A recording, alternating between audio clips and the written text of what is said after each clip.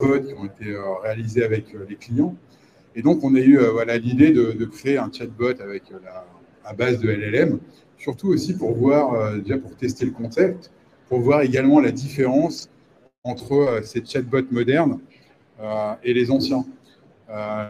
Les anciens, en fait, étaient extrêmement scriptés, c'est-à-dire qu'on allait dire, si on faisait un chatbot pour quelqu'un qui avait perdu sa carte de crédit, s'il disait, par exemple, j'ai perdu ma carte bleue, et que dans le script, carte bleue n'était pas enregistrée, il ne comprenait pas que carte bleue, c'est une carte de crédit.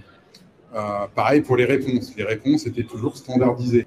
Donc, je pense que tout le monde a eu cette expérience de discuter, entre guillemets, avec un chatbot et de trouver que le chatbot était particulièrement idiot et que généralement, au bout de 5 ou 6 réponses, voire moins, il vous demandait d'appeler un numéro de téléphone pour contacter le support client. Donc là, avec le LLM, c'est vraiment l'une des 3 capacités des LLM, les LLM Large Language Models, IA générative. C'est donc leur premier point fort, c'est vraiment de comprendre l'intention du client, enfin l'intention de la question.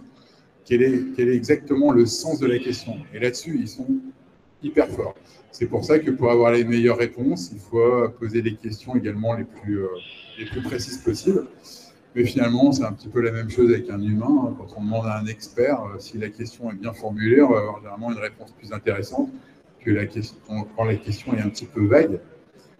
Et puis, il va être aussi extrêmement doué donc, pour pouvoir générer des réponses et donc pour pouvoir essayer de créer des scénarios dans lesquels on pourrait automatiser donc, ces flots de questions-réponses pour essayer d'améliorer soit la productivité en interne, qui est aussi, je pense qu'il y a un chantier qui est extrêmement important pour les entreprises. Il y a énormément d'exemples qui sont en cours d'élaboration en ce moment, soit pour révolutionner un peu la relation avec les clients. Je vais vous donner un exemple, par exemple, de changement en interne. Il y a AXA, je crois que c'est seulement il y a quelques jours, qui ont monté un peu leur chat GPT interne à l'entreprise. Parce qu'évidemment, lorsqu'on utilise ChatGPT et qu'on fait des copier-coller de data, ça part dans les serveurs en Californie, et si c'est des données d'entreprise, ce n'est pas forcément une très bonne idée.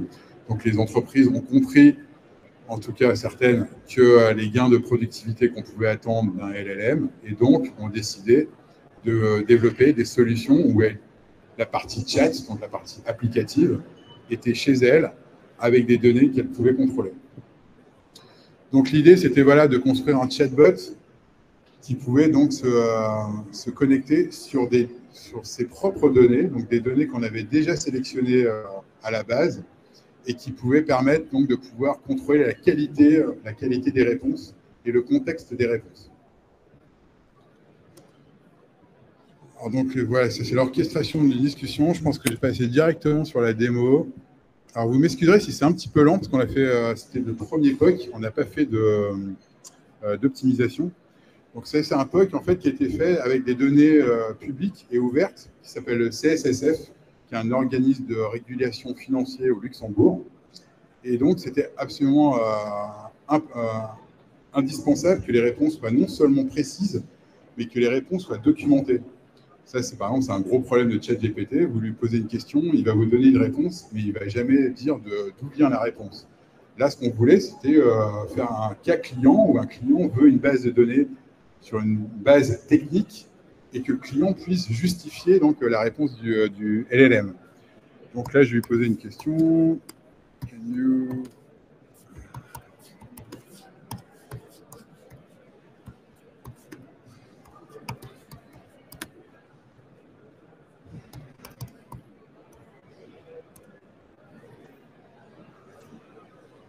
Donc c'est un petit peu lent parce que je veux dire, on n'a pas fait du tout de travail d'optimisation là-dessus. Donc des fois, il met quelques secondes à répondre. J'espère pas trop quand même. Et donc l'idée, c'était de pouvoir également d'avoir donc cette base de références documentaires. Donc par exemple, si je clique là-dessus, il va vous donner donc le nom des 2 PDF. Non, en fait, c'est le même PDF et c'est 2 pages différentes. Il y a la page 18 et la page 17. Également une URL, et là, il donne la réponse derrière. Comme ce sont des documents qui sont très techniques, donc sur des régulations financières, donc c'est un texte, on lui demande aussi d'être assez exhaustif dans ses réponses, et donc il va générer à des réponses assez longues. Donc là, les cas d'usage, ils sont absolument multiples. Hein. Ça peut être dans le domaine des RH, dans le domaine de la recherche documentaire, si on veut faire de la GED, ça peut être dans le domaine légal, ça peut être de la documentation technique aussi pour des clients, aussi en interne. Par exemple, dans l'industrie, souvent, il y a des grosses machines avec des manuels d'utilisation ou d'entretien qui font 150 pages. Et ça permet, lorsqu'on met ça en fait, dans une base de données vectorielle, ça permet de poser des questions et d'avoir des réponses rapides sur tel ou tel point.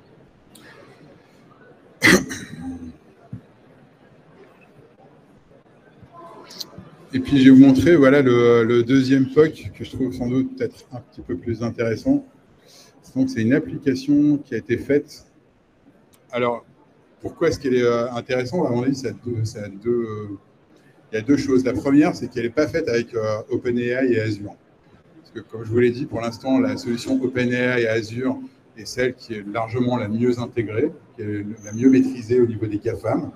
Donc, on attend au mois de décembre avec impatience le retour de la revanche de Google qui vont nous sortir Gemini et qui promettent qu'apparemment, ils vont être les nouveaux rois du monde, ou plutôt les rois du monde à nouveau. Mais pour nous, c'était intéressant de faire un POC avec un autre modèle et quelque chose qui soit beaucoup plus avancé. Donc ça, c'est le produit d'un modèle qui a été fait avec le British Institute of Radiology, le BIR, qui ont donc créé en fait un algorithme spécialisé en fait sur la reconnaissance de radio et de pouvoir faire donc des diagnostics à partir d'une radio. Donc pour vous donner un exemple, voilà, ça c'est une première radio et il va donner le diagnostic, le chest X-ray, blablabla. Donc il donne pas mal de détails d'interprétation. Et là, on peut commencer vraiment à discuter. C'est là qu'on voit un petit peu le pouvoir d'un LLM. Donc je peux lui dire, par exemple, je comprends rien en français.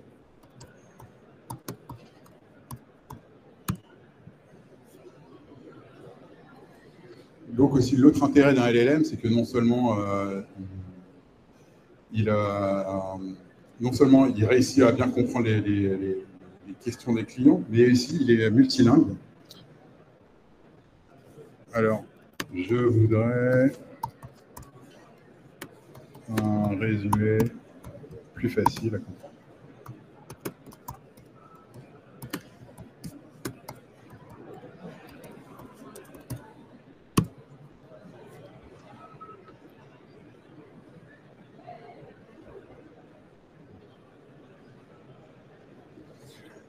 Donc voilà, donc là déjà il va vous faire la traduction en fait, de l'anglais, il va passer en français.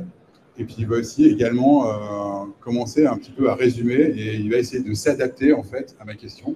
Donc lui, il va considérer pour l'instant que c'est une question qui est un petit peu plus facile à comprendre. Et je peux continuer en lui demandant quelles sont les raisons de la maladie. Excusez-moi, c'est pas facile de taper avec un micro.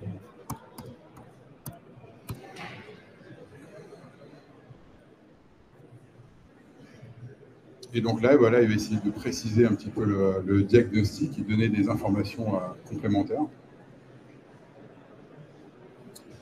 Donc voilà, donc il va parler du contexte médical et donc il veut dire ça peut être une infection, si je fais des analyses de sang, ça peut être avoir tel ou tel type de choses.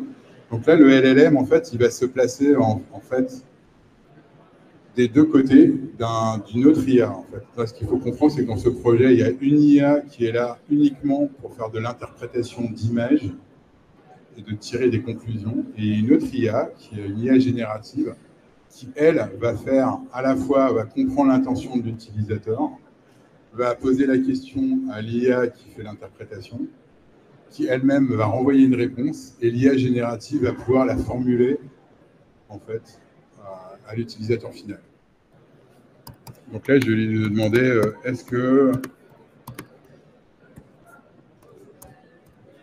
je vais mourir ?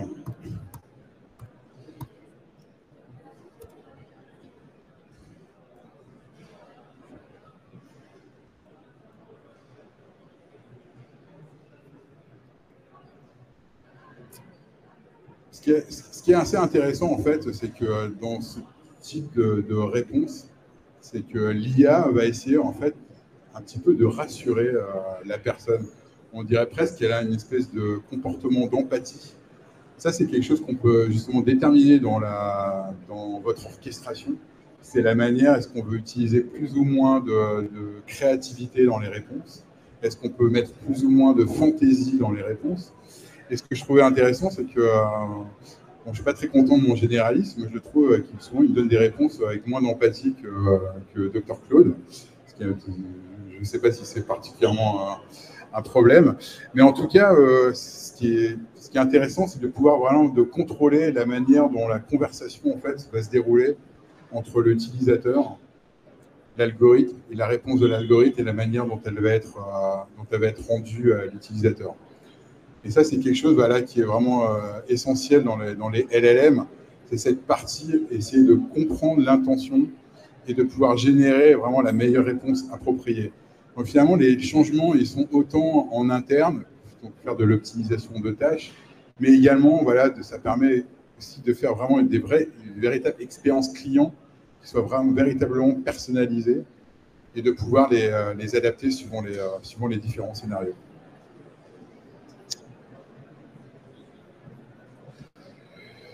Donc pour vous montrer un petit peu, je ne sais pas si on voit bien, je vais mettre... Là, c'est un scénario en fait, où on va utiliser voilà, une IA à l'intérieur de son propre SI. On a essayé de faire la chose la plus simple possible à comprendre.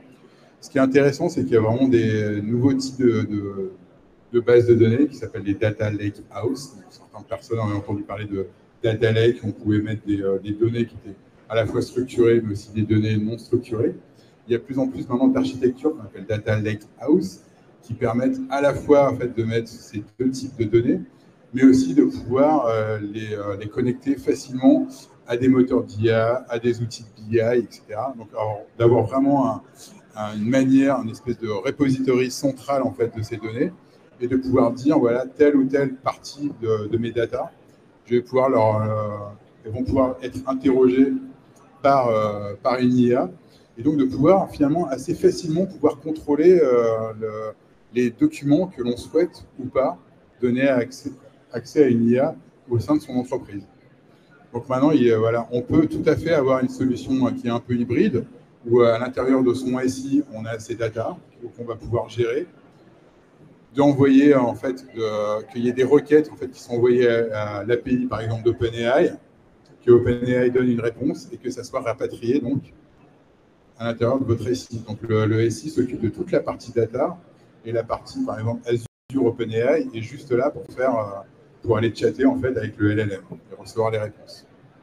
Donc c'était pour vous dire que voilà, il y a différents types d'architectures. Soit on met toutes ces architectures sur le cloud, voire même sur le cloud avec le fournisseur du modèle d'IA, mais on peut aussi avoir des architectures plus hybrides où ces data sont à l'intérieur de son SI, donc on peut plus facilement les contrôler et recevoir les questions et les réponses du LLM.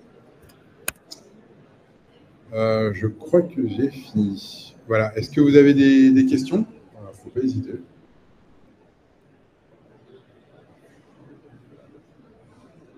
C'est généralement la première qui est la plus dure. Après, c'est facile.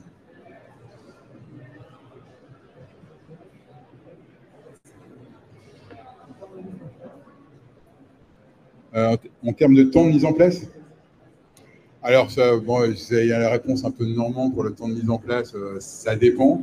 Mais en fait, une mise en place, si on est par exemple dans un scénario de chatbot avec ses propres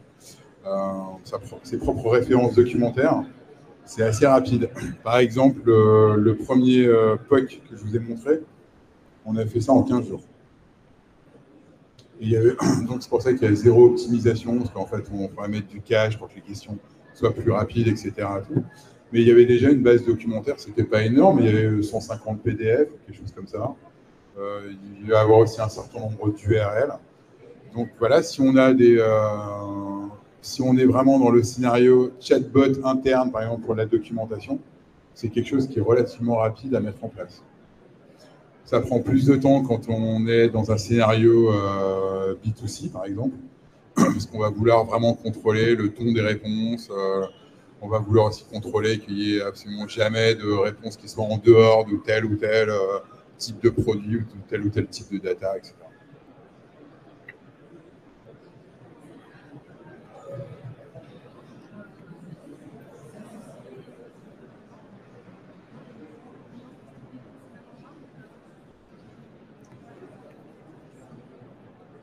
Est-ce qu'on peut avoir les données dans différents endroits? Oui, on peut avoir les données dans différents endroits. Après, c'est plus facile quand on a ce qu'on appelle des référentiels de données, hein. C'est vraiment des SSOT. Hein. Mais on peut tout à fait, voilà, ces architectures hybrides peuvent parfaitement exister. Donc, on peut avoir des données sur un SI, on peut avoir des données dans son SI, mais dans une autre base de données. On peut avoir ces données sur le cloud. Voilà, c'est juste un moment, il va falloir aussi, voilà, on va créer ce qu'on appelle un peu un annuaire des données qui va pouvoir être utilisé par le LLM. Et ça sera un petit peu plus complexe à mettre en route parce que les données sont dans différents endroits, mais c'est tout à fait possible. Il y a vraiment un découplage, ce qui est important à savoir, de l'endroit où on met ces données et le moteur d'IA. Soit ça peut être au même endroit, ce qui peut être des fois plus facile, mais ça peut être dans des endroits différents. Et progressivement également, je pense qu'il va y avoir de plus en plus de moteurs open source qui vont être utilisés.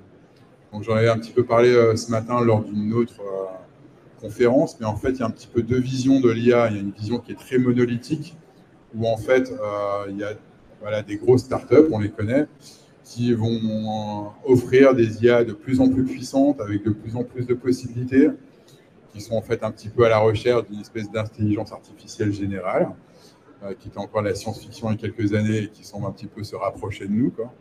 Et puis il y a une autre philosophie aussi qui pense que ce qui pourrait être intéressant, c'est des architectures où il y a des IA qui sont justement moins puissantes, mais qui peuvent être dédiées à des problématiques spécifiques, qui peuvent être disséminées et qui ont une intelligence un petit peu plus collective. Donc, on va avoir une IA qui va comprendre qu'est-ce que quelqu'un demande sur un chatbot. Après, il y a une autre IA qui va lui proposer le meilleur produit. Une autre IA qui va proposer la meilleure description de ce produit. Il y a une autre IA qui va proposer des générations d'images intéressantes pour ce produit par rapport à la question que posait la personne, etc. Donc ça, c'est tout à fait un autre type d'architecture auquel personnellement je crois pas mal et qui pourrait être intéressant dans le futur.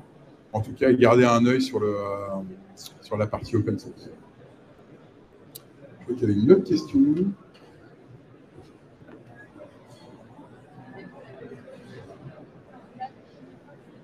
Ouais. Oui. Alors pour la vectorisation, en fait, c'est des outils finalement en fait qui sont c'est des librairies en fait évidemment qui sont soit en JavaScript, soit en Python.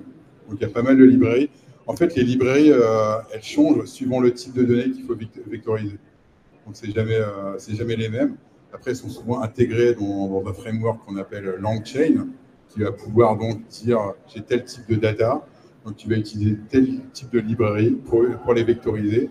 Et ensuite, tu vas les donner dans une base de données vectorielle. Donc, il y a des solutions qui sont assez connues, comme Pinecone, par exemple, qui est un des leaders du marché, qui est donc vraiment une pure base de données vectorielle. Mais en fait, chaque type de data en fait, va demander des librairies différentes. Après, ça faudrait voir avec un architecte data, dont c'est le rôle de suivre tous les frameworks qui sortent les uns derrière les autres. Donc, je n'ai pas suivi toutes les librairies. Mais en tout cas, voilà, en règle générale, c'est en fait, il y a un type ou plusieurs types de librairies suivant le type de document à vectoriser.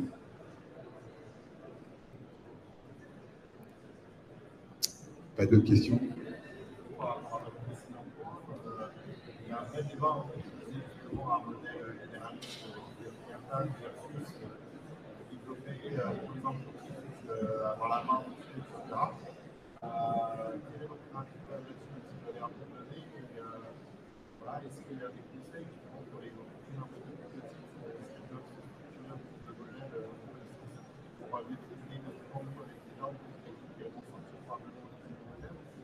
Où on en est? Est-ce qu'on est dans le carrefour où on ne sait pas trop vers où aller? Est-ce qu'il y a déjà des entreprises qui se positionnent sur un thème? D'accord. Donc la question, c'est sur la pertinence d'utilisation de modèles open source. Particulièrement pour les petites entreprises, franchement, ma réponse sera directe, c'est d'utiliser des solutions qui sont industrialisables rapidement comme Azure et OpenAI, tout simplement parce que ça marche et parce que c'est pas très cher.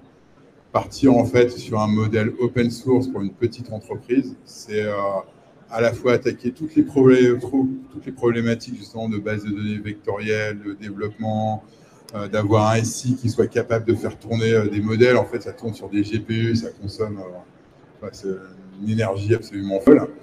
Et pour l'instant, de loin, la solution Azure OpenAI est pour l'instant la plus efficiente. Je ne sais pas pendant combien de temps ça va durer, mais pour l'instant, c'est la plus efficiente. Je pense par contre que dans le futur, je crois profondément que ce qui se passe actuellement, c'est que les modèles open source passent leur temps à rattraper les capacités des modèles les plus avancés. Et tout ce qui leur manque, en fait, c'est d'avoir l'efficience en fait, possible en fait, pour pouvoir avoir les résultats les plus industrialisables. Maintenant, ce qui est intéressant, c'est je pense que tout le monde a entendu parler de Hugging Face, hein, qui est un petit peu le Git en fait, de l'IA. Donc, Hugging Face, c'est vraiment la plateforme où on peut faire des tests en fait, sur un modèle d'IA open source, utiliser également des datasets qu'on peut télécharger. Donc, c'est vraiment un playground, un peu mode sandbox, dans lequel on va pouvoir tester des choses. Et je pense que les prix, en fait, vont s'écrouler au fur et à mesure. Comme toutes ces technologies, on voit déjà que les prix des requêtes d'OpenAI ne cessent de baisser. Après, en termes de prix aussi, ça dépend du type d'algorithme qu'on va vouloir utiliser et de l'exhaustivité aussi des données qu'on souhaite.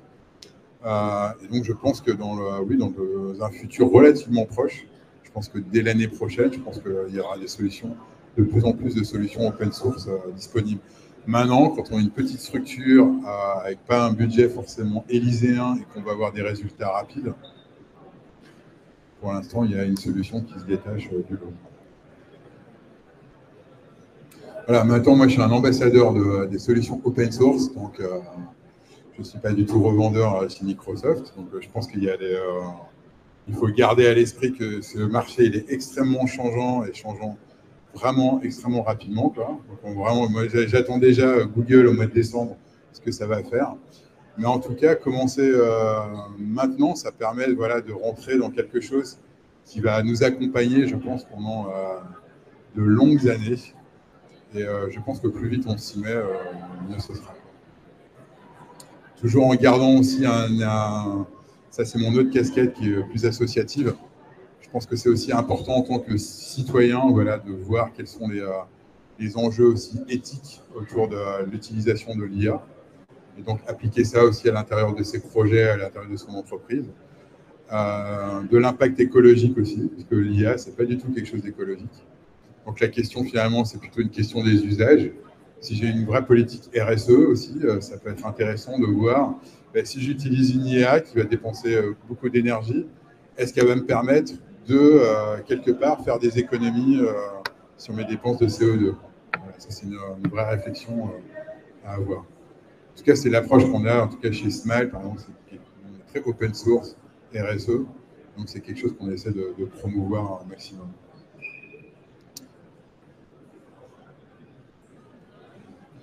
Pas d'autres questions? Eh bien, merci à tous.